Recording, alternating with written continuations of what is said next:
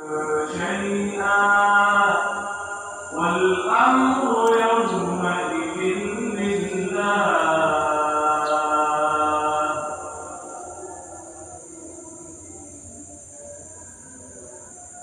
أعوذ بالله من الشيطان الرجيم بسم الله الرحمن الرحيم ويل للمطففين الذين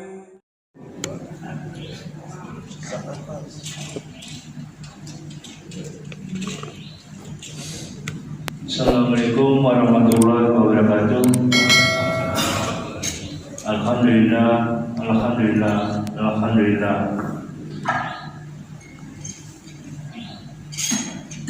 Terima kasih kepada Bapak Ustaz Kiai Masud Samsudin yang telah hadir pada pagi hari ini. Yang terhormat Bapak-bapak, ibu-ibu jamaah Masjid Babus Salam.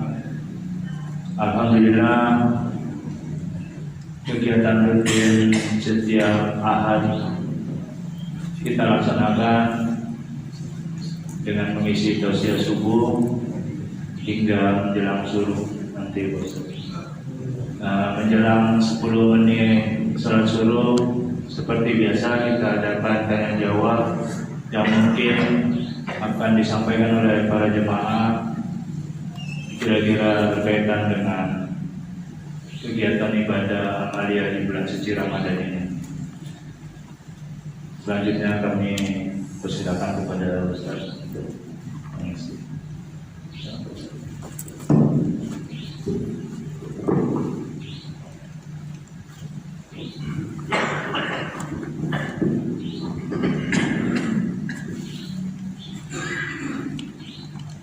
Assalamualaikum warahmatullahi wabarakatuh.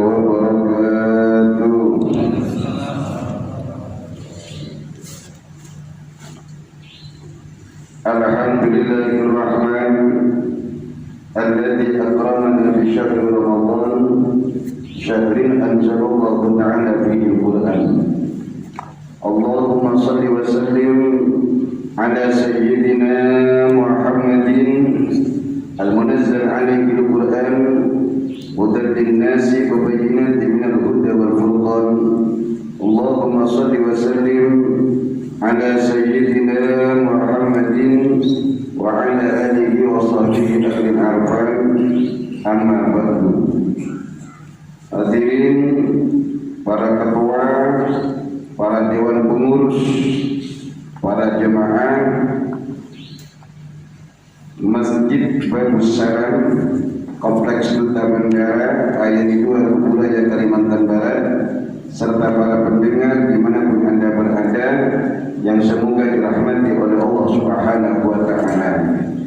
Pertama, alhamdulillah, tidak henti-hentinya kita bersyukur kepada Allah Subhanahu wa Ta'ala yang mana pada subuh yang berkah ini kita berada di subuh yang ke-16 daripada bulan Ramadan tahun ini. Artinya sudah 15 hari kita menunaikan kewajiban dari Allah, yakni berpuasa di siang hari. Dan alhamdulillah, insyaallah sebagian besar kita setiap malam Ramadan diberi pertolongan oleh Allah untuk mengisi Ramadan kita, malam kita tentunya dengan salat isya berjamaah, salat tarawih, salat witir. Tidak ada lain tujuan kita dalam hal itu semua kecuali dalam rangka mendekatkan diri kepada Allah Subhanahu wa Ta'ala.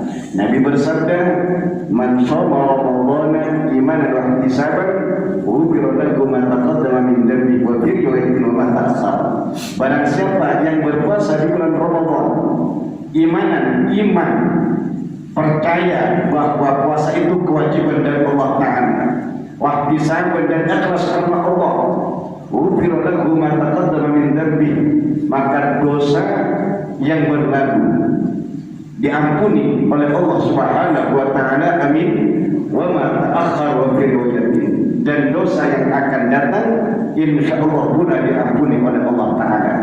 Maksudnya kata ulama, dosa yang akan datang diampuni oleh Allah, insya Allah andai kata kita jatuh kepada dosa setelah puasa Ramadan, dan ternyata kita puasanya di Ramadan dalam menjalankan perintahnya Allah Subhanahu wa taala karena Allah, maka insya Allah ketika kita jatuh pada dosa maka akan diberi taufik pertolongan oleh Allah untuk mengamalkan amalan-amalan yang dapat menghapus dosa tersebut, atau diberi istighfar, diberi hidayah oleh Allah untuk beristighfar dari dosa-dosa itu.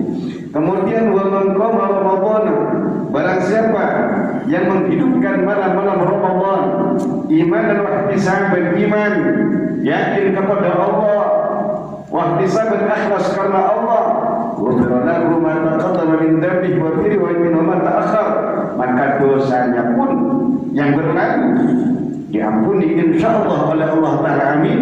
Dan dosa yang akan datang insyaallah juga diampuni oleh Allah. Mudah-mudahan puasa kita yang kita mati-matian berpuasa, lapar, haus, dan menahan hawa nafsu, dan malam menahan ngantuk, tidak tidur salat isya berjamaah padahal ngantuk kadang, kekenyangan sampai ngantuk tapi berusaha untuk terawih lah.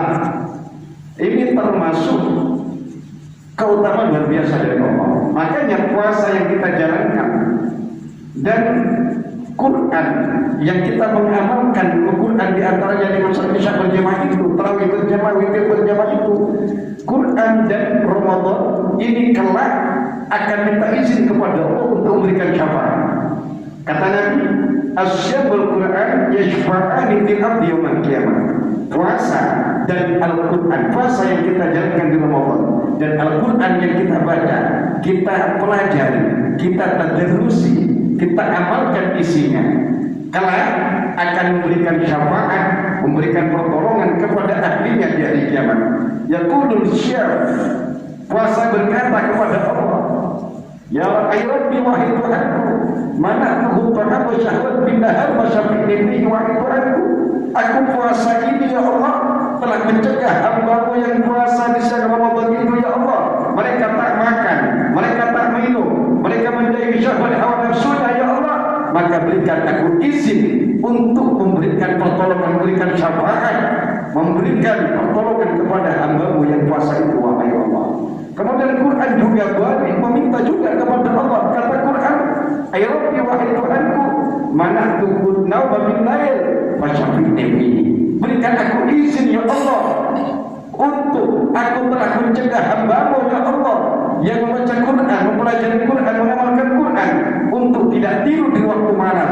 Mereka sholat isya berjamaah, tarawih, witir, bahkan mereka sebelum sahur atau setelah sahur mereka tahajud, sholat taubat karena Allah Ta'ala.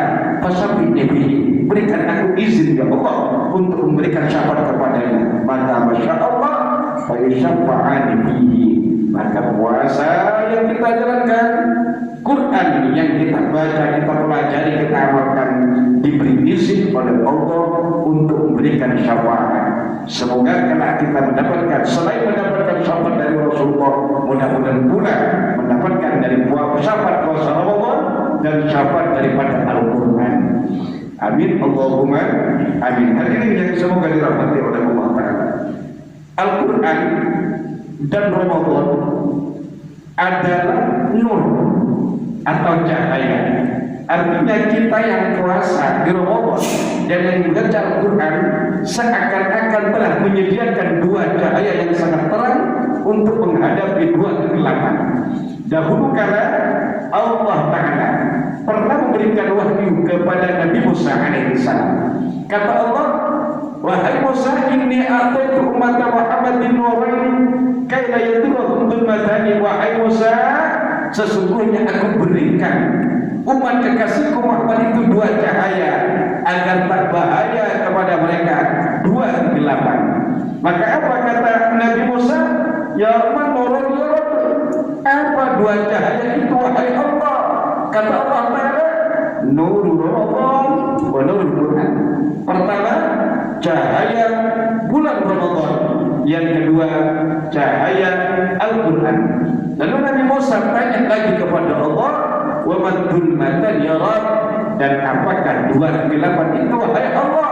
Maka kata Allah Ta'ala, dulmatul qabri wa dulmatul yaumil qiyamah. Satu, kegelapan di alam kubur, yang kedua kegelapan di hari kiamat. Maka alhamdulillah kita diberi pertolongan oleh Allah untuk berpuasa, berarti kita telah menyediakan nur itu, cahaya itu. Dan alhamdulillah walaupun kita tak lancar baca Quran, ternyata kita berusaha tadarusan, berusaha mempelajari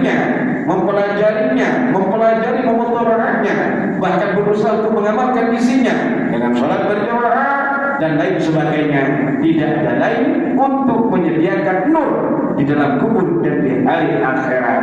Maka oleh karena itu al-bahir bil Quran, kata Nabi, ma'as safaratil kiramil bararah, orang yang mahir membaca Quran lalu dia selalu membacanya dan mengamalkannya, maka dia insyaallah kelak di hari kiamat bersama para malaikat al-kiramil bararah yang mulia-mulia dan baik-baik. Tetapi bagaimana Pak Ustaz? Saya yang tak bisa baca Quran saya rusak, hancur, terbata-bata, tapi masih mau membacanya. Walladzi yaqra'ul Qur'an, kata Nabi, wa yatata'u fihi wa huwa 'alaihi syaqqun lahu ajran. Dan orang yang baca Quran tak lancar, terbata-bata, sulit lidahnya, walau dhalin dibaca walau dhalin dan seterusnya, a'udzubillah dibaca a'udzubillah, tapi tetap mau pelajarannya, mau perbaikinya, maka wallahu alaihi syakun, sulit mulutnya, lahu ajroni, maka dapat 2 pahala dari Allah Subhanahu wa ta'ala. Hadirin yang semoga dirahmati oleh Allah Ta'ala. Baik, saya bawa kitab Tafsir Munir. Tafsir Munir ini karyanya Syekh Muhammad Nawawi Al-Bantani. Syekh Nawawi Al-Bantani. Jadi kita tuh punya ulama-ulama kondang, punya ulama-ulama sekali berdunia, termasuk Abul Kutubnya Indonesia, bapaknya ahli kitabnya Indonesia itu Syekh Nawawi Al-Bantani. Makamnya di Mekah, dari ulama Banten. Beliau menyusun satu tafsir Quran namanya Tafsir Munir, 2 jilid. Kita membahas tentang puasa, nanti akan masuk pada fikih-fikihnya juga. Baik, bismillahirrahmanirrahim. Kata Allah Ta'ala, kita hafal semua. Ya ayyuhalladzina amanu kutiba alaikumus syiyamu kama kutiba alal ladzina min qablikum la'allakum tattaqun. Kata Allah Ta'ala, wahai orang-orang yang beriman, diwajibkan atas kalian berpuasa sebagaimana puasa itu diwajibkan atas orang-orang sebelum kalian. Kata Syekh Nawawi, minal anbiya'i, dari para nabi alaihi wassalatu wassalam, wal umami billadun Adam alaihi salam, dan para umat-umat terdahulu. Jadi puasa bukan hanya untuk kita yang lapar, bukan hanya kita sekarang, tapi dahulu kala para nabi dan para umatnya Nabi juga diuji oleh Allah dengan laparnya seperti kita, dengan hausnya seperti kita. Bahkan puasanya Nabi Adam kata kita Pak 30 hari 30 malam. Puasanya Nabi Adam 30 hari 30 malam, tak puas, tak makan, tak minum, dapat 30 hari baru buka puasa. Bayangkan kalau kita sampai sekarang hari. Uang cuma 1 hari saja banyak saudara-saudara kita yang tak puasa. Maka alhamdulillah kita yang puasa, bukan berarti kita lebih baik daripada mereka, tidak. Tapi alhamdulillah kita diberi pertolongan oleh Allah untuk mampu berpuasa. Kemudian la'allakum tattaqun. Kata Allah Ta'ala, ay tattaqun Allah bisawmikum wa tarkikum syahwat. Artinya agar kalian bertakwa kepada Allah. Dan memang inti daripada seluruh kewajiban yang Allah wajibkan kepada kita, agar kita tambah takwa kepada Allah, tambah takut kepada Allah. Salat Allah wajibkan agar setelah salat kita tambah takut kepada Allah Ta'ala. Haji Allah wajibkan setelah haji agar takut kepada Allah Ta'ala.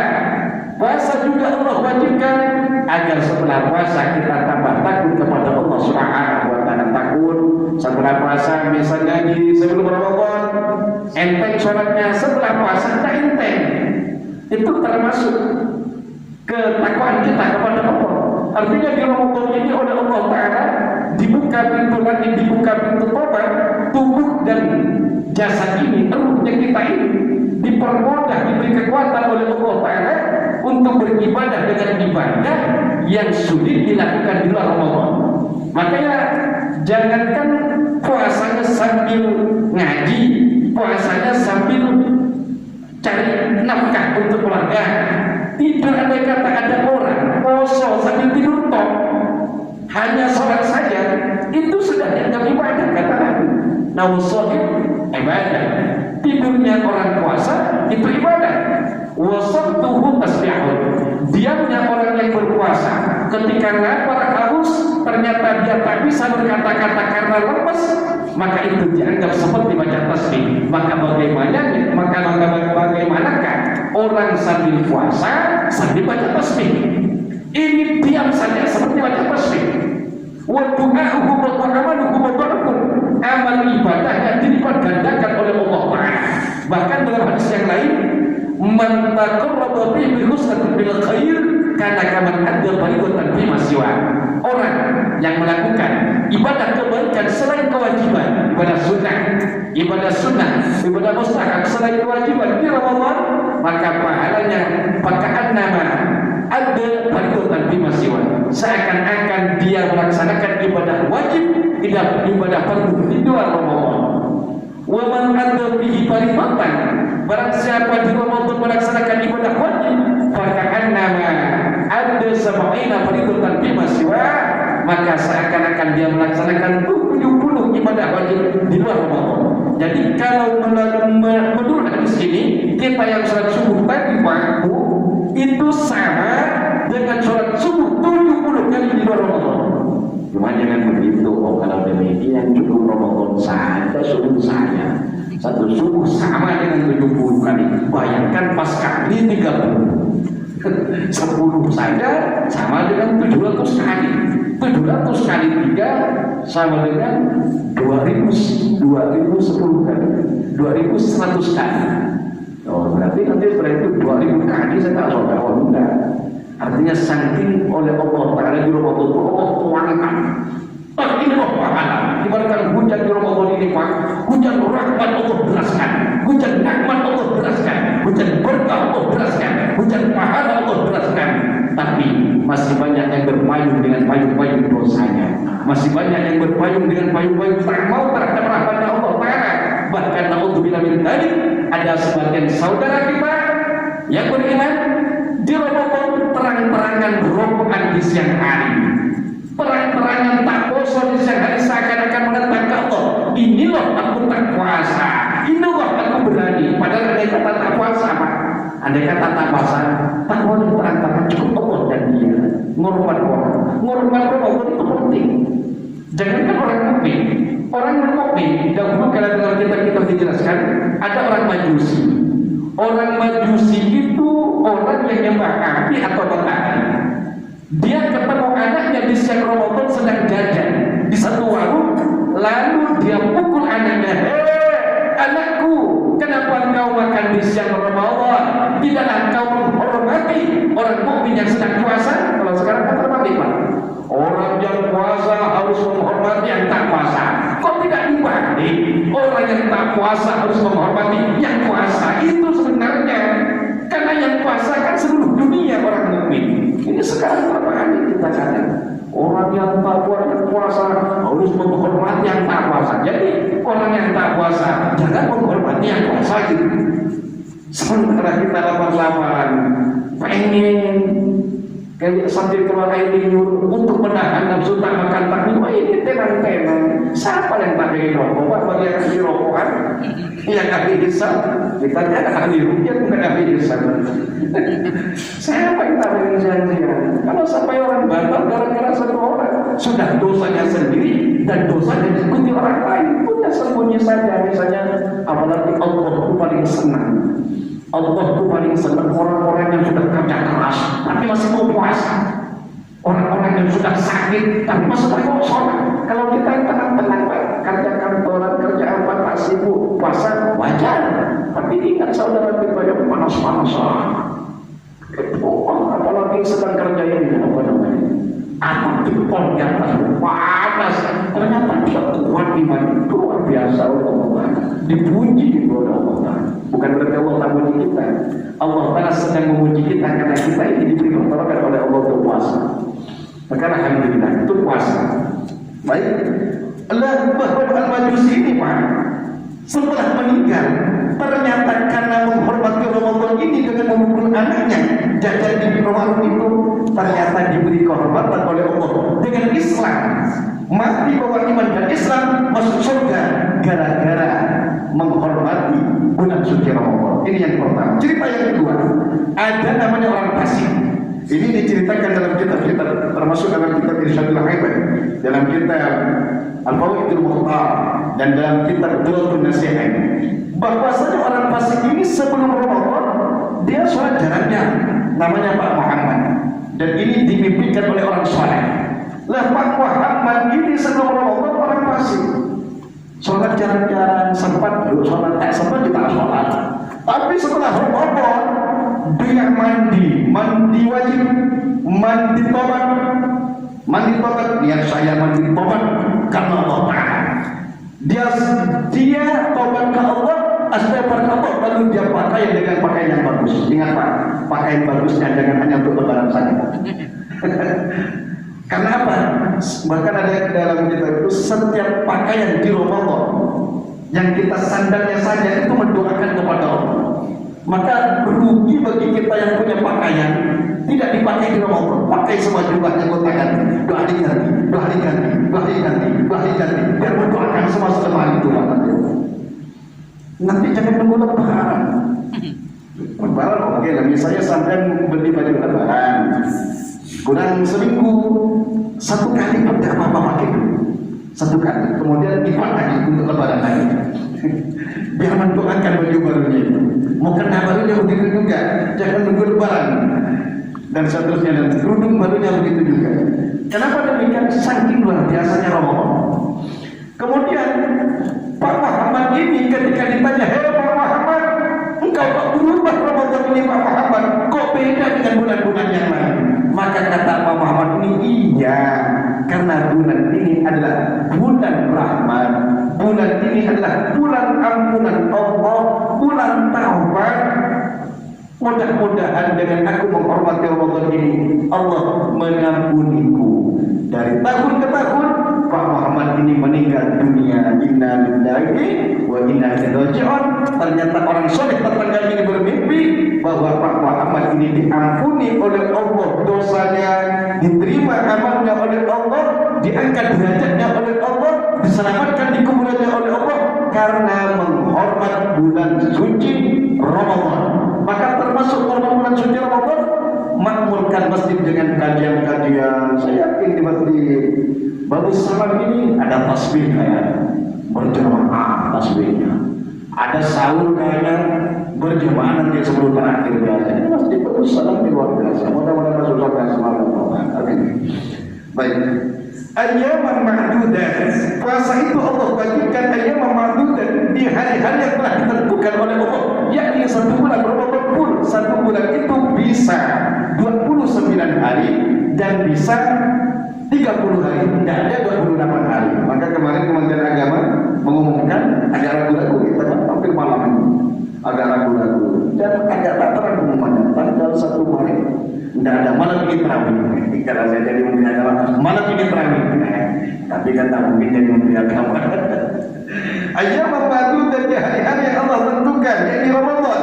Nah ini, faman kana minkum maridan aw ala safari. Barang siapa di antara kalian ketika Ramadan sakit, maradun dalam tafsirnya kata Syekh Nawawi, maradun yadurhu sawm pada asna'i yaum, dengan penyakit yang bahaya kalau puasa, maka bahaya penyakitnya walau di tengah-tengah sedang puasa. Maka au ala safarin, atau dia dalam perjalanan, fa'idatu min ayyamin ukhra, lalu dia tak puasa, meninggalkan puasa boleh. Kalau kita sakit parah atau sedang musafir jauh, sekiranya bahaya kalau puasa tak sampai kepada musafir. Misalnya sampai umroh, kan umroh itu musafir Pak, kiranya tak sampai kota Mekah dengan tak mampu perjalanan jauh, tak apa-apa di perjalanan sampai itu tak poso. berhenti puasanya tak apa-apa. Walaupun perjalanan ke Mekah kalau nggak keliru 9 jam kalau nggak. Mudah-mudahan saya belum sampai. Mudah-mudahan oleh Allah Taala ditakdirkan. Akhirnya kita ayam ukhur, kalau ada orang sakit tak puasa, maka setelah Ramadan dia wajib mengganti puasanya. Kodok. Wa kana alladziina yutiqunahu fidyatun ta'amu miskin. Nah ini. Dan atas orang-orang yutiqunahu, kalau dalam tafsir Jalalain, Al-Imam Jalaluddin Al-Mahalli menafsirkan, barang siapa yang tak mampu berpuasa karena tua renta, kalau ibu-ibu ajus, wanita yang ajus tua renta, atau dia sakit dengan penyakit yang tak sembuh-sembuh, wahana dan tidak terkena untuk orang miskin, maka dia tak wajib berpuasa baginya, tapi bayar fidyah. 1 hari orang miskin memberi makanan kepada orang miskin. Artinya begini, kalau ada kita punya orang tua atau kita kan sedang ngaji ilmu ini, suatu saat kita tua, kalau kosong bahaya ke perutnya, seakan-akan secara logika mati ya, bukan secara akal mati, walaupun secara ajar belum. Tahun puasa sudah apa itu namanya itu? Kadang lupa kadang ingat dia. Sudah minggu, udah jangan puasa dia udah. Bagaimana caranya? Bayar fidyah. Bayar mud di kuliyawin mudun dalam fikihnya. Setiap 1 hari 1 mud. 1 mud itu berapa? 1 mud itu dalam tafsir dalam Qamus Munawwir 6 mud lebih. Tapi di ulama ambil hati-hatinya 7 mud lebih. Ambil hati-hatinya lagi oleh kita 8 mud beras. Kalau kita punya duit 1 kilo. Nah, biar gampang dihitungnya. 1 kilo. Wah, 1 kilo 8 on beras. 8 on beras itu sudah sempurna. 1 kilo setiap 1 hari. Tapi kata ulama tidak boleh membayar fidyah itu sebelum Ramadan. Misalnya kita sudah nyata punya orang tua renta, atau kita renta lalu nyuruh anaknya, karena Ramadan masih besok, sekarang fidyahnya saya bayarkan saja untuk 30 hari karena bapak sudah tak bisa puasa. Ini tak boleh, tak sah hukumnya. Kalau dibayar setiap hari terlalu sedikit, kadang-kadang orang tak cukup. Kalau dikasihkan misalnya orang miskin punya anak 5, masak nasinya hanya 8 pot, tak cukup. Berarti, bayarkan nanti 5 hari sekali. Kalau 5 hari atau nanti 10 hari, anggap 10 kilo. Kalau ngambil 1 kilo, berarti jadikan 2 orang miskin, 2 rumah orang miskin, 5 kiloan, 5 kiloan. Atau nanti di akhir Ramadan, kalau kali 10 hari, 10 ton, 1 kilo kali 30 sama dengan 30 kilo. Atau yang 8 ton kali 30, insya Allah sama dengan 26 kiloan. 24 atau 26 kiloan. Kalau 7 ton sama dengan 21 kiloan atau 22 kiloan. Jadi dibagi lagi. Kalau dibagi 1 orang lebih besar. Kalau dibagikan ke 5 orang miskin, kalau 30 kilo itu berarti 6 kiloan itu sudah luar biasa. Kasih tahu ini fidyahnya orang tuaku. Juga yang wajib bayar fidyah wanita hamil dan menyusui. Wanita hamil yang menyusui, kalau dia tidak berpuasanya karena khawatir kepada bayi yang sedang dikandungnya, khawatir keguguran, atau yang sedang menyusui khawatir air susunya basi atau berkurang, maka dia boleh tak berpuasa di Ramadan, tapi setelah Ramadan dia wajib mengganti puasanya dan wajib dibayarkan fidyah oleh suaminya. Setiap 1 hari 1 mol itu tadi 8 mol. Kemudian siapa lagi yang harus bayar fidyah? Yaitu orang yang tahun kemarin punya hutang puasa. Misalnya 20 hari hutang puasa, ternyata dia tak bisa membayar. Mungkin karena sibuk sehingga puasanya tak bisa terbayar, tidak terkodok di tahun kemarin. Setelah tahun ini, tahun kedua ini, dia tetap wajib mengganti puasa yang tahun kemarin setelah Ramadan, dan wajib bayar fidyah karena sudah melampaui batas 1 tahun sudah. Seperti itu. Kemudian siapa lagi? Nah ini, kalau ada orang meninggal punya hutang puasa dalam fikih, man mata wa ahli siyam, kata Nabi, soma an walihu dalam hadis sahih. Barang siapa mati, dia punya kewajiban mengganti puasa Ramadan tapi dia tak menggantinya, maka sopan walihu boleh dikuasakan oleh liwarisnya. Nah, pendapat Imam Syafi'i ada dua pendapat. Satu, menurut kaul qotib, pendapat yang kaul qotib pendapat yang terdahulu sebelum Imam Syafi'i pindah ke kota Mesir kalau tidak begitu. Madhab qotibnya, dia boleh mempuasakan.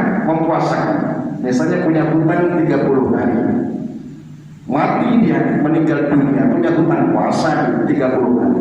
Jadi andai kata dia diganti puasanya oleh 30 orang keluarganya dalam satu hari itu, 30 orang menggantikan puasanya satu orang dengan niat yang sama.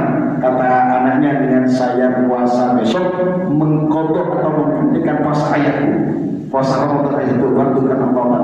Udah, maka jaza boleh menurut pendapat Syekh Hasan Basri boleh. Dan pendapat yang kedua, yaitu bisa dibayarkan fidyah. Bayarkan fidyah. Satu hari satu mon berarti kalau yang dari 1 belok 30 hari berarti 30 belok. Sama dengan sholat. Nah, sholat. Misalnya kita punya orang tua kita ahli sholat, cuma sakit dia tak sholat. Mungkin karena ketidaktahuannya, bahkan padahal ketika kita sakit lupa, usahakan jangan tinggalkan sholat. Khawatir kita mati dalam sakit itu.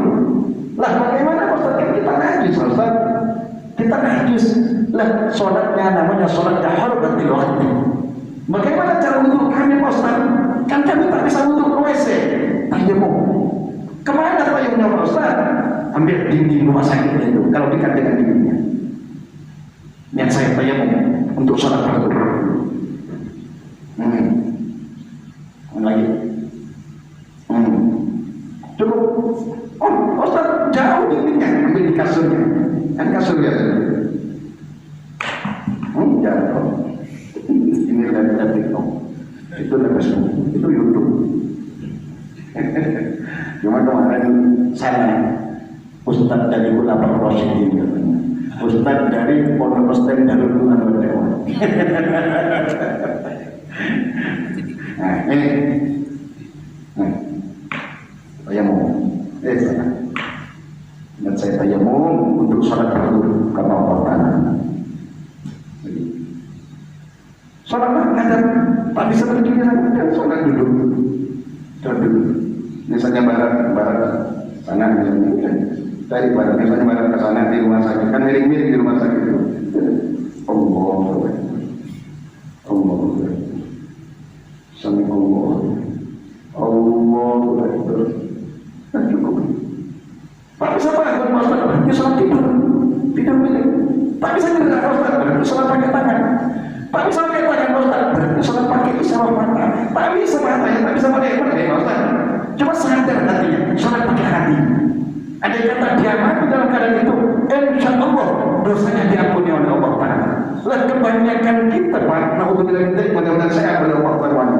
Kebanyakan kita karena ketidaktahuannya atau apa, kadang pas sakit tak sholat dia, tak sholat. Dia orang-orang sholat itu, orang-orang sholat itu walaupun sakit, saya punya kiai sakit, dioperasi di mana ini? Di Mungkin rumah sakit tentara itu di Sujepo itu. Ya, walaupun sholat. Allah. Bagaimana kita tak sholat? Kita kalau sampai sakit itu adalah ajal. Ternyata sakitnya 3 bulan, pas tak sholat selama 3 bulan.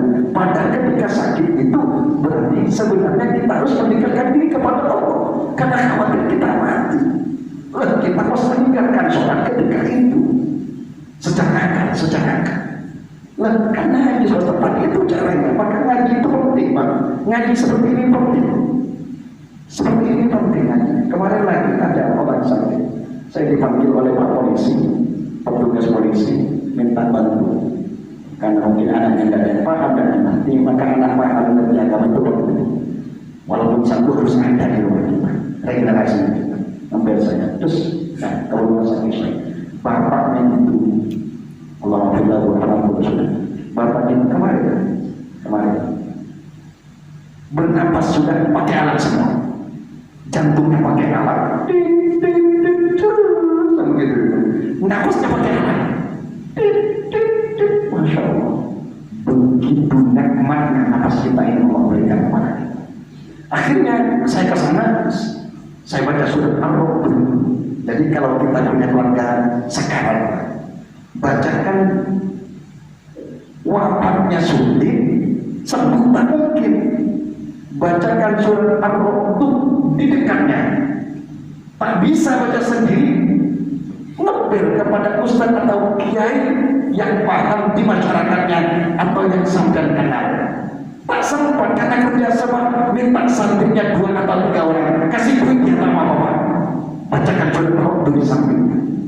Kata Nabi Muhammad SAW, kalau dibacakan surat Ar-Ra'd di sampingnya, kalau sakitnya itu adalah sakit ajal, maka insya Allah sekaratnya dipermudah oleh Allah. Kalau bukan sakit ajal, maka insya Allah diringankan oleh Allah. Akhirnya saya baca surat Ar-Ra'd jam 2:30 pada hampir asar. Hampir asar. Saya bacakan surat Ar-Ra'd sekali, saya suruh kapok kepada anak, talqin. Allah, Allah, Allah. Jangan ribut, kalau orang sekarang itu sedang berperang. Setan itu sedang ganggu. Setan itu melupai orang-orang tercintanya. Dia membawa air. Kalau kamu menyebut Tuhan selain Allah, akan berikan air ini kau. Waktu sekarang itu dia datang dengan orang-orang tercintanya. Ada yang berupa bapaknya, berupa mamanya, berupa istrinya, bawa air dia setan ketika itu. Wah, kita tinggalkan mati sendirian. Kalau pertolongan Allah ada di situ, mati husnul khatimah. Kalau sampai tak mati husnul khatimah, di kuburan tersiksa, sudah sakit tersiksa berbulan-bulan, di kuburan masih disiksa, di akhirat disiksa lagi. Maka bagaimana mudah? Panggil Allah, Allah, tak usah cepat-cepat. Kalau dia beriman ke Allah, hatinya pasti nyebut nama Allah. Allah, Allah, Allah, Allah, Allah. Akhirnya apa? Saya suruh ke menantunya. Isya kemarin malam meninggal dia. Padahal tadi soal sulit, ternyata surat Ar-Ra'd itu dibaca oleh sampean. Surat Ar-Ra'd itu dibaca kalau salah. Karena sudah titik, karena kita bicara dikit tadi, ternyata ini diberikan titik. Ini diantaranya mudah-mudahan bermanfaat oleh Allah Ta'ala. Yang mau bertanya silakan. Baik, Bapak Ibu yang ingin melakukan pertanyaan, kami beri kesempatan 1 atau 2. Silakan. Sebenarnya Pak Haji Rudi, Tadi Pak Ustaz, saya dengar ya. Tadi Pak Ustaz bilang kalau meninggalkan puasa harus mengganti. Kalau meninggalkan sholat karena harus mengganti juga Ustaz ya. Tapi tidak ada mengganti dalam bentuk beras lagi Pak Ustaz. Bisa tidak? Oh baik. Sholat sama dengan puasa. Kalau ada keluarga kita punya hutang puasa, kemudian ada 2 pendapat, meninggalkan sholat, kemudian istri wafat, punya hutang puasa, ternyata karena ketidaktahuannya tak sholat dia, maka ada 2 pendapat ulama. Boleh disolatkan oleh ahli warisnya dan boleh dibayarkan fidyah. Dan yang mensolat ini termasuk Imam Suddi mensolati keluarganya waktu meninggal. Kan sholat banyak Pak Ustaz. Keluarga saya sibuk sama bosnya. Saya biasanya Pak, kami dengan santri atau orang meninggalkan sholat dan orang tua meninggalkan sholat sampai 1 tahun itu sakit karena tak tahu mereka tak sholat kan. Jadi anaknya yang sayang orang tuanya biasanya ngasih bisyarat, membayar santri, membayar keinginan santrinya. Kalau santri kan banyak tuh. Kalau santri yang 100, 1 kali sholat, 100 sholat itu. Duhur usolli fardhu dhuhri 4 rakaatin mustaqbilan berarti kodokan an sholat di bulan imaman fardhu diikuti Allah yang saya sholat duhur menggantikan sholatnya bulan di bulan imam yang lain bermakmum. Kalau 100 orang 100 duhur berarti 3 bulan 10 hari berarti 100 duhur karena 1 hari itu kan imam. Kemudian asar 100 asar, maulid 100 maulid. Kalau setahun berarti dilakukan 3 kali sholat kalau 100 orang. 3 kali duhur, 3 kali asar, 3 kali maulid, 3 kali isya, 3 kali subuh. Biasanya ada orang sering saya seperti itu. Oh boleh Ustaz, ngambil hati-hatinya saja. Oh ini bid'ah. Oh ada kitab yang dijelaskan oleh ulama. Kita ikut ulama kok. Tidak ikut yang membid'ahkan, tapi ikut yang tidak membid'ahkan. Seperti itu pembawaan sholat itu. Dan boleh dibayarkan fidyah. Boleh dibayarkan fidyah. Setiap satu sholat satu pun. Cuma kan besar itu biayanya. Karena sholat tidak ada seperti puasa. Setiap satu duhur satu pun. Asal satu pun. Kalau setahun Pak, kalikan saja. Berapa gitu. Wallahu a'lam. Silakan. Baik Ustaz, mohon pencerahan mengenai kodok puasa yang tak dilakukan di bulan Ramadan, artinya berhalangan. Saya dan termasuk dengan fidyah juga yang tadi, karena berpuasa karena berhalangan tetap. Mengenai waktu bayar itu di saat bulan Ramadan untuk fidyah. Batas waktu membayar yang saya tahu itu sampai puasa tahun depan. Artinya sudah lewat tahun depannya itu lagi membayar fidyahnya bulan Ramadan ini. Hitungannya bahwa ini orang berhalangan tetap, seperti orang tua renta, sakit yang berkepanjangan, termasuk ibu hamil dan menyusui. Karena habis hamil melahirkan menyusui, artinya kan ketemu Ramadan tahun ini sampai tahun depan dia tidak puasa, maka hari ini dia bayar fidyah. Maksud saya batasan waktu halangan itu hanya sebatas pada tahun yang akan datang, itu yang saya ketahui. Tapi tadi Pak Ustadz sempat menjelaskan, mungkin saya salah dengar, sampai setelah 2 tahun kemudian pun masih boleh membayar, masih boleh menghitung batas halangan itu. Saya tak puasa hari ini karena musafir. Kemudian saya mengkodok puasa saya di tahun yang akan datang. Tapi kalau dengan tadi puasa sampaikan di tahun yang akan datang juga, saya masih boleh. Padahal sudah ketemu Ramadan berikutnya. Ini pencerahan, mungkin saya salah dengar. Atau memang seperti itu fikihnya. Terima kasih. Baik. Kalau musafir tak puasa, dia tak wajib bayar fidyah. Harus kodok saja. Tapi kalau kodok puasanya itu sampai melalui tahun yang berikutnya, maka setelah Ramadan kodoknya tetap wajib hukumnya dan wajib bayar fidyah. 2 kewajiban. Bisa dipahami. Misalnya Pak, saya punya hutang puasa kemarin. Kalau saya ganti sebelum Ramadan yang ini, yang sekarang ini, maka saya tak wajib bayar fidyah karena musafir, karena tak puasa tadi. Tapi kalau kodoknya saya mengganti ini setelah Ramadan ini, setelah Ramadan kan sudah lepas waktu, maka karena lewat waktunya, maka ada 2 kewajiban. Satu, wajib mengganti puasa yang tahun lalu. Yang kedua, karena lepas daripada masanya, wajib membayar fidyah. Sebayar hukumannya karena dia lepas 1 tahun. Seperti itu. Dan mengganti puasa ini tidak harus terus-menerus. Kenapa? Boleh berpisah-pisah.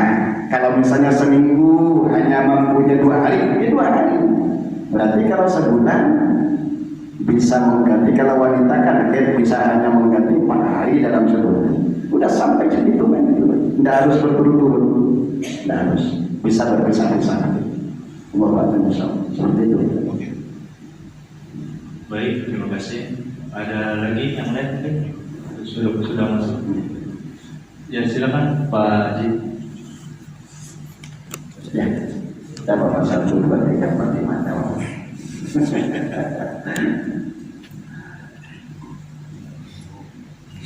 Assalamualaikum warahmatullahi wabarakatuh. Assalamualaikum. Terima kasih kesediaan dari Bapak Ustaz. Saya ingin menanyakan pada menyimpang mengenai zakat fitrah. Zakat fitrah itu yang menerima sebagian daripada yang 8 sasarannya. Selanjutnya ada ulama berikan zakat fitrahmu kepada orang yang sholat. Nah, mohon kejelasannya Pak Ustaz. Oh itu. Innama shadaqatu lil fuqara. Sedekah atau zakat itu adalah untuk orang-orang fakir, wal masakin, dan orang-orang miskin. wal mu'allafati qulubuhum wa fil riqab budak atau hamba saya wal gharimin dan orang-orang yang punya hutang wal sabil dan musafir wa fi sabilillah dan orang-orang yang berperjuang agama Allah. Kalau dulu pernah, cuma dalam kitab syarat, kalau dalam kitab ringkasan Sahih Bukhari itu boleh kepada orang-orang yang memperjuangkan agama Allah, termasuk para santri yang sedang mencari ilmu Allah dan mengajarkan ilmu Allah. Kemudian apakah orang yang tak sholat itu boleh menerima zakat? Tergantung apakah dia masuk mustahil apa enggak. Jadi zakat itu penerimanya tidak dipandang sholat atau tidak sholat. Kalau dia miskin tapi tak sholat, bagaimana? Ya berikan aja, tidak apa-apa. Sholatnya itu urusan Allah dengan hambanya, bukan urusan kita. Yang penting dia mustahil, berarti masuk boleh menerima zakat. Seperti itu kira-kira. Allah Ta'ala bersama. Baik, terima kasih. Selanjutnya ada lagi? Ada Ustaz, kayaknya bagian ini sangat banyak. Tadi saya mendengar menyampaikan Ustaz bahwa yang dapat mengqada atau membayar fidyah adalah musafir, menyusui, dan bagaimana seorang pekerja tukang atau petani yang kerja di sawah, apakah bisa membayar qada atau fidyah? Terima kasih. Tukang atau petani, lihat tak mampunya karena apa? Kalau memang dia biasa tak puasa karena tukangnya, dan andai kata dipaksa dia puasa, maka dia tetap wajib mengganti, tetap dosa dia karena tak puasanya, dan setelah Ramadan tetap wajib ganti puasanya, dan dia tak wajib membayar fidyah, hanya wajib mengganti puasanya saja. Tapi kalau tak mampunya itu karena sakit tak mampu, kalau kerja keras sakit, setelah Ramadan kalau hanya karena sakit dia tetap wajib bayar qada, tidak wajib bayar fidyah, hanya mengganti puasanya saja, tak wajib bayar fidyah pokoknya. Terus orang apa itu petani sama kan, puasa itu kan begini Pak, syaratnya puasa harus dipaksa, puasa itu harus dipaksa, sebab ibadah wajib itu harus dipaksa, sholat harus dipaksa, Ramadan harus dipaksa. Tapi kan kebanyakan kita kan tak maksa, sehingga memang betul-betul tak mampu karena tak dipaksa. Pokoknya hasil kalau tak puasa setelah Ramadan tetap wajib mengganti puasa dengan cara apa? Kira-kira seperti itu. Allah Ta'ala bisa. Baik, terima kasih Ustaz. Selanjutnya ada lagi? Baik, pertanyaan jawab terakhir. Mungkin satu pertanyaan terakhir Ustaz. Saya ingin bertanya. Ini terkait dengan bulan suci Ramadan, terkait dengan tidur sebagai ibadah. Lalu gimana sikap kita pas azan zuhur misalnya masuk terus si anak tidur, apa dibiarkan tidur, apa kita paksa bangun terus sholat itu? Baik, berjamaah itu sudah muakkadah, sunnah muakkadah. Kalau memang terbiasa dia dibangunkan anak kita untuk tidur, dibangunkan untuk sholat jamaah silakan. Cuma kalau memang dia akan baru latihan puasa, tidak apa-apa makan nanti saja. Karena dulu kan pada jam sampai jam 3 atau sekarang itu sampai 3, berarti kasih anak juga suami. Amin. Bismillahirrahmanirrahim. Alhamdulillahirabbil alamin. Allahumma shalli ala sayyidina Muhammad wa ala ali sayyidina Muhammad. Allahumma innaka afuwwun karim tuhibbul afwa fa'fu anna. Allahumma inna nas'aluka ridhaka wal jannah. Ya Allah, kami mohon kepadamu ridhamu untuk kami, kedua orang tua kami, para kiai guru-guru kami, pasangan kami, anak keturunan kami, keluarga kami, menantu-menantu kami, mertua-mertua kami, keluarga dan warga kami, masyarakat kami, ya Allah, dan kami mohon surgamu untuk kami dan mereka, ya Allah. Wa na'udzubika min sakhatika wan nar, dan kami mohon jauhkan kami dan mereka, ya Allah, dari murkamu, ya Allah, dan dari hal-hal yang mendatangkan murkamu, ya Allah, serta selamatkan kami dan mereka dari api neraka-Mu, ya Allah. Jadikan Ramadan ini bukan Ramadan terakhir bagi kami, kami ya Allah. Jadikan Ramadan ini ya Allah Ramadan yang berkah, mendatangkan ridho-Mu dalam agama dunia dan akhirat ya Allah. Sukseskan kami dan mereka dunia akhirat ya Allah. Sehatkan selamatkan ya Allah kami dan mereka dalam agama dunia dan akhirat ya Allah.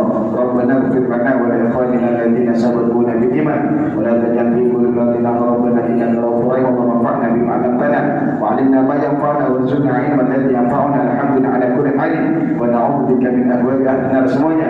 Subhanallahumma wa bihamdika asyhadu an la ilaha illa anta astaghfiruka wa atubu ilaik wa sallallahu ala sayyidina Muhammad wa ala alihi wa sahbihi wasallam walhamdulillahi rabbil alamin. Assalamualaikum warahmatullahi taala wabarakatuh. Waalaikumsalam warahmatullahi wabarakatuh. Sallallahu ala Muhammad sallallahu alaihi wasallam. Sallallahu ala Muhammad sallallahu alaihi wasallam. Sallallahu ala Muhammad sallallahu alaihi wasallam. Sallallahu ala Muhammad sallallahu alaihi wasallam. Sallallahu ala Muhammad sallallahu alaihi wasallam. Sallallahu ala Muhammad wasallam. Taqabbalallahu minkum inna wa minkum taqabbal ya karim.